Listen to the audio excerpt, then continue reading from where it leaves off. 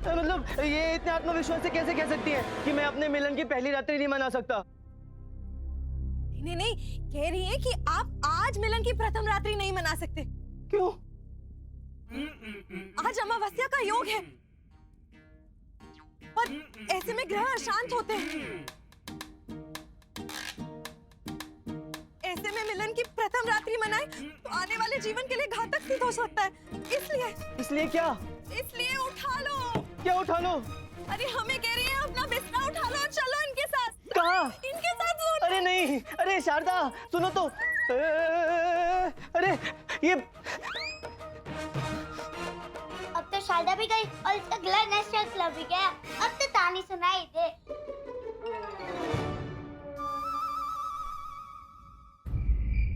बात यह है कि हम एक दुविधा में हैं और केवल आप ही है जो हमें इस दुविधा से बाहर निकाल सकते हैं।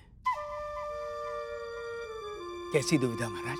आचार्यवर, बात यह है कि हमारी स्वर्गीय माता जी की पुण्यतिथि आ रही है। हम जानते हैं, पिछले 2 वर्षों से हम ही तो संपन्न करवा रहे हैं पुण्यतिथि की पूजा। संयोग की बात है, कल रात्रि हमारी माता जी हमारे स्वप्न में आई। अच्छा जी, और हमें स्मरण हुई उनकी अंतिम इच्छा। कौन सी अंतिम इच्छा महाराज? रत्नागिरी के आमों का स्वाद चखने की इच्छा। हमारी माताजी को रत्नागिरी के आम का स्वाद लेना था, किंतु इससे पहले कि उनकी इच्छा पूरी होती उनका निधन हो गया और उनकी ये अंतिम इच्छा अधूरी रह गई। मुनिवर, अब हमारी दुविधा यह है कि हम इनकी ये अंतिम इच्छा पूरी कैसे करें। मुनिवर, आप तो त्रिकाल दृष्टा हैं। स्वर्ग, नर्क, भू पाताल हर जगह आपकी पहुंच है। हम चाहते हैं कि आप अपने संपर्क सूत्र स्वर्ग तक जोड़िए और पता लगाइए कि हम अपनी स्वर्गीय माता जी की अंतिम इच्छा पूर्ण कैसे करें। अवश्य महाराज, अवश्य। हम आज ही साधना पर बैठते हैं और अपनी साधना शक्ति द्वारा पता लगाते हैं कैसे आपकी माता जी की अंतिम इच्छा पूरी की जा सकती है। धन्यवाद मुनिवर।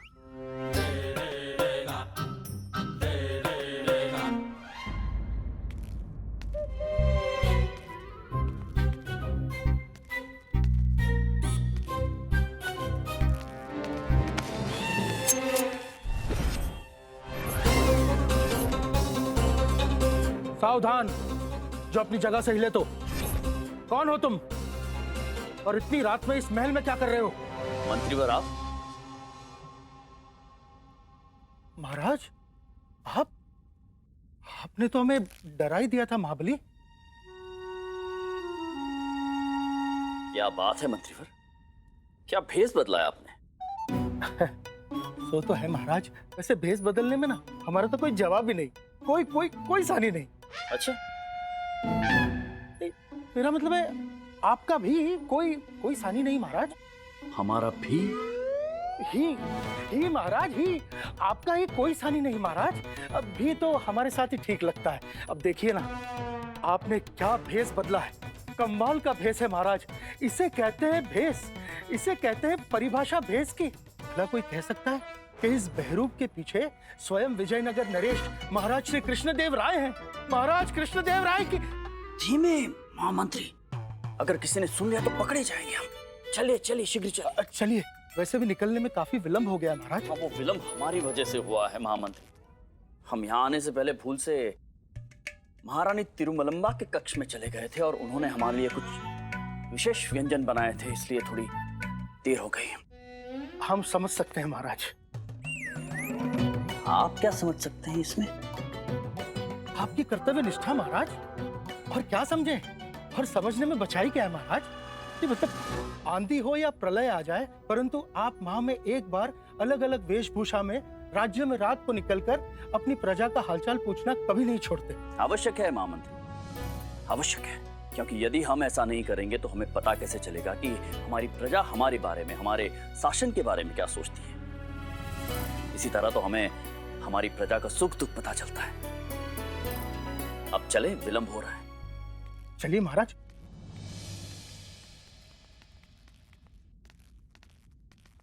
तो किस गांव से हो भैया? तेनाली से। तेनाली गांव? अरे वही ना जो महाराज के लाडले पंडित रामकृष्णा का गांव है। ऐसे क्यों कहते हो भैया? इसमें लाडले वाली क्या बात है? रामाकृष्णा एक ज्ञानी पंडित है, बुद्धिमान पंडित है। सारा नगर उनकी बुद्धि कौशल की सराहना करता है, राजा भी करते हैं। इसमें बुरा क्या है? अरे इसमें बुरा कुछ नहीं है भैया। अच्छा ये बताओ, तुम्हें नहीं लगता कि महाराज पंडित रामाकृष्णा पर अधिक मेहरबान है? धन दिया, घर दिया, यहाँ तक अपने दरबार में पद भी लिया। ये बताओ, इन सबसे आभास नहीं होता कि महाराज के हृदय में उनके प्रति अलग स्थान है और ये स्थान उन्हीं को प्राप्त होती है जिसे राजा जाति के रूप में पसंद करते हैं। होना तो नहीं चाहिए ऐसा। राजा की दृष्टि में तो सभी को एक समान होना चाहिए। वही तो भैया, यही मैं कह रहा था। महाराज, ये लोग तो यूं ही बातें कर रहे हैं, इनकी बातों पर ध्यान मत दीजिए। अरे लोगों का तो काम है बोलना। नहीं महामंत्री जी, प्रजा अपने राजा के बारे में क्या सोचती है ये सबसे ज्यादा महत्वपूर्ण होता है। यदि हमारी प्रजा हमारे कार्य, हमारे निर्णय को वैसे नहीं देख पाती जैसे हम देखते हैं, तो समझ लीजिए हमसे कोई चूक हो रही है।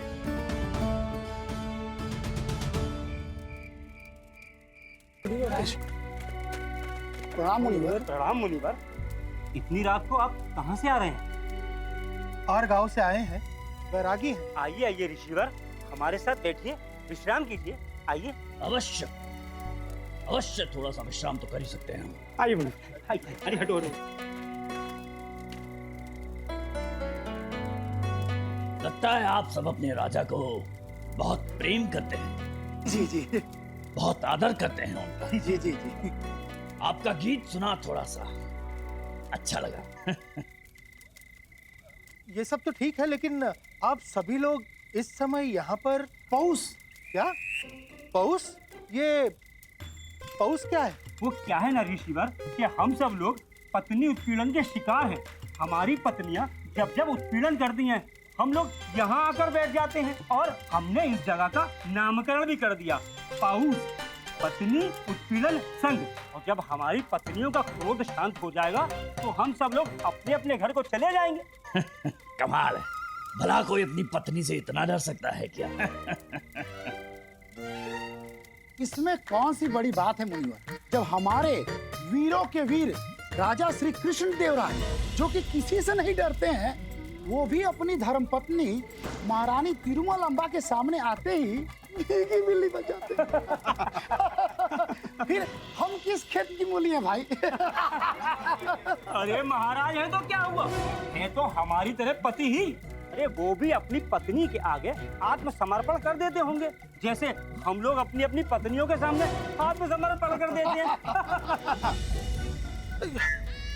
पता नहीं ये कान में क्या चला गया, कुछ सुनाई नहीं दे रहा है। अरे अच्छा, हम लोग चलते हैं। जैसी आपकी इच्छा। कल्याण। प्रणाम।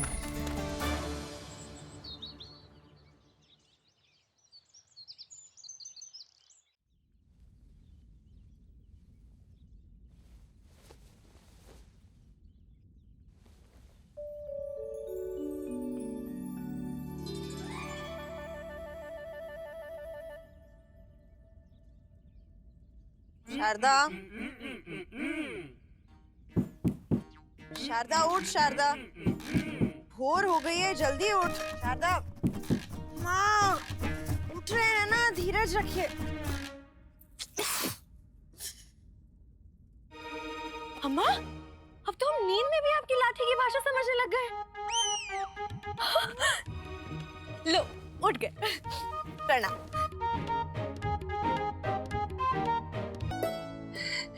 हाँ अम्मा, आप बिल्कुल सही कह रही हैं। रामा तो पहले जैसा रामा रहा ही नहीं, बिल्कुल बदल गया।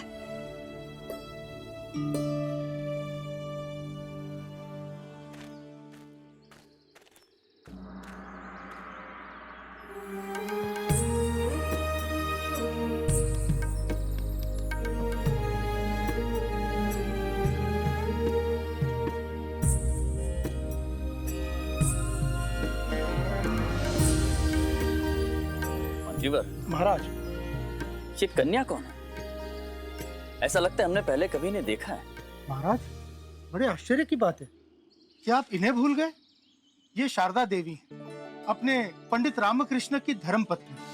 बसंत पंचमी के दिन रामा के साथी तो थी, उनकी राधा के रूप में। और महाराज, ये वही घर है जो आपने भेंट स्वरूप रामकृष्ण को दिया है। तुम्हें नहीं लगता कि महाराज पंडित रामकृष्ण पर अधिक मेहरबान है? धन दिया, घर दिया, यहाँ तक अपने दरबार में पद भी दिया। और इससे यह बात नहीं होता कि महाराज के दिल में रामकृष्ण के लिए एक अलग ही स्थान है। राजा की दृष्टि में तो सभी को एक समान होना चाहिए।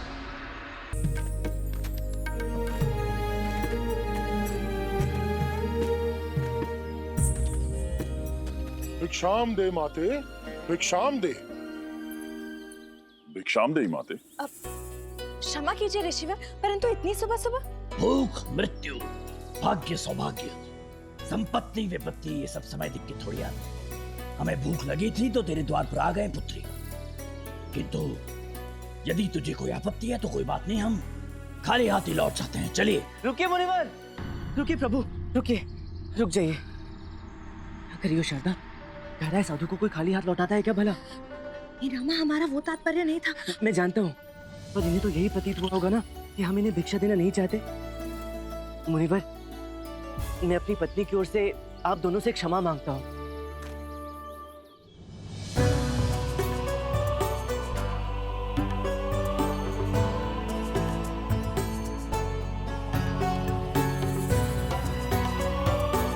अहो भाग्य मेरे कि आपकी सेवा का सुअवसर मिला।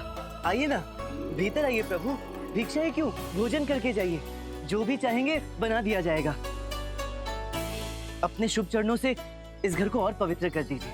आइए, आइए प्रभु, आइए।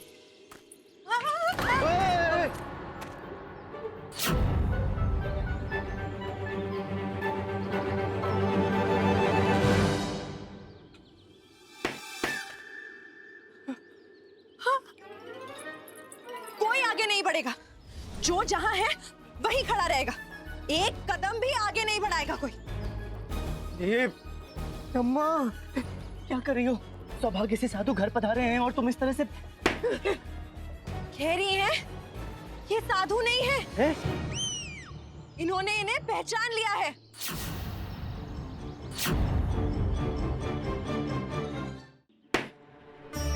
ये साधु के भेष में स्वयं भगवान हमारे यहाँ पधारे हैं। उठा लो। क्या? वो जल का लोटा उठा लो, उठा के इनके चरण धो और इन्हें धन्यवाद करो कि ये यहाँ आए और इन्हें अंदर आने का निमंत्रण दो। क्षमा करें प्रभु, ये मेरी अम्मा है। इन्होंने आजीवन मौन व्रत धारण किया है, इसलिए इस तरह सांकेतिक भाषा में बात करती हैं। और ये मेरी धर्मपत्नी शारदा है। पूरे संसार में केवल यही है जिसे इनकी सांकेतिक भाषा समझ में आती है। दोनों ही बहुत अद्भुत हैं। आइए, आइए प्रभु, आइए, आइए।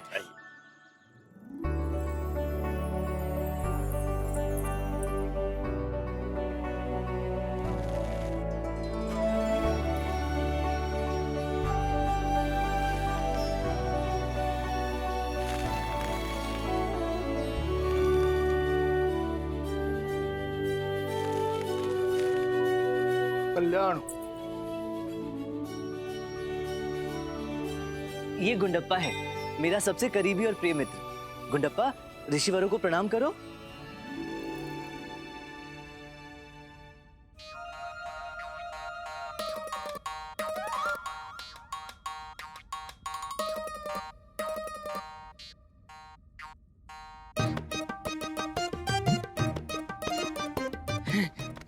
गुंडप्पे, मेरे अच्छे गुंडप्पे, ऐसा मत कर।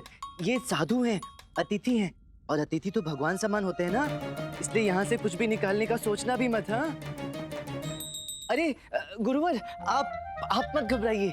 वो जो आपकी धोती के साथ घंटियां लटक रही है ना, ये उन्हें देखकर उत्तेजित हो रहा है। क्या है कि घंटियां इसकी कमजोरी है, जहां भी घंटियां देखता है निकाल कर खेलने लगता है, गधा कहीं का। ये लो। अच्छा, अब हम चलते हैं। भिक्षा के लिए बहुत बहुत धन्यवाद। कुछ समय और मिल जाता और आप दोनों को भोजन खिलाने का सौभाग्य मिल जाता तो जीवन धन्य हो जाता प्रभु। मेरी धर्मपत्नी बड़ा स्वादिष्ट भोजन बनाती हैं। मुझे विश्वास है आप दोनों को अवश्य पसंद आएगा। भूख तो लगी है। लगी तो हमें भी है।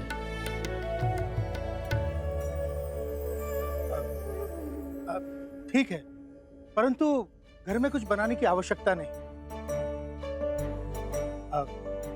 घर में जो भी है ले आइए। मिष्ठान विष्ठान जो भी है खा लेंगे।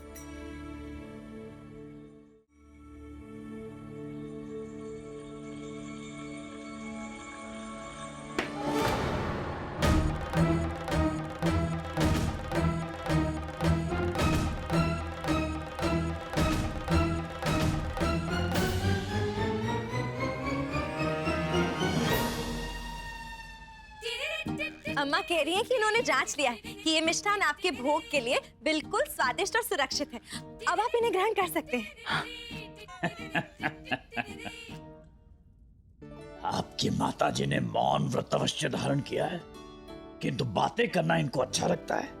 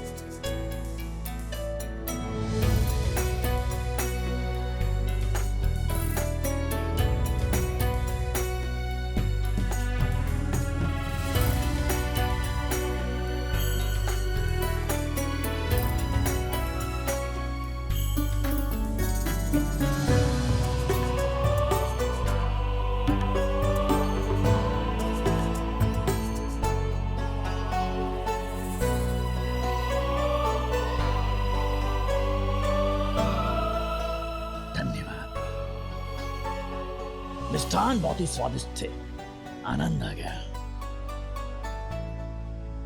कल्याण हो। यहाँ पधारने के लिए धन्यवाद ऋषिवर। बस इस घर परिवार और विशेषकर इस रामा पर सदैव अपने आशीर्वाद का हाथ बनाए रखेगा। अवश्य। अब हम चलते हैं, कल मिलेंगे। शीघ्र मिलेंगे हम। मैं समझ गया मुनिवर।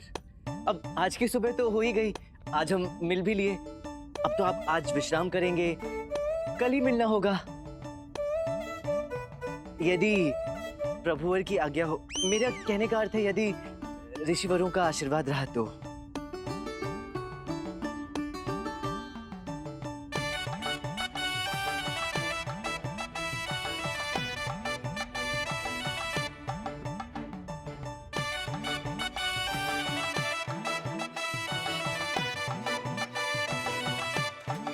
क्या निष्कर्ष निकाला महाराज? यही कि मिष्ठान बहुत स्वादिष्ट थे।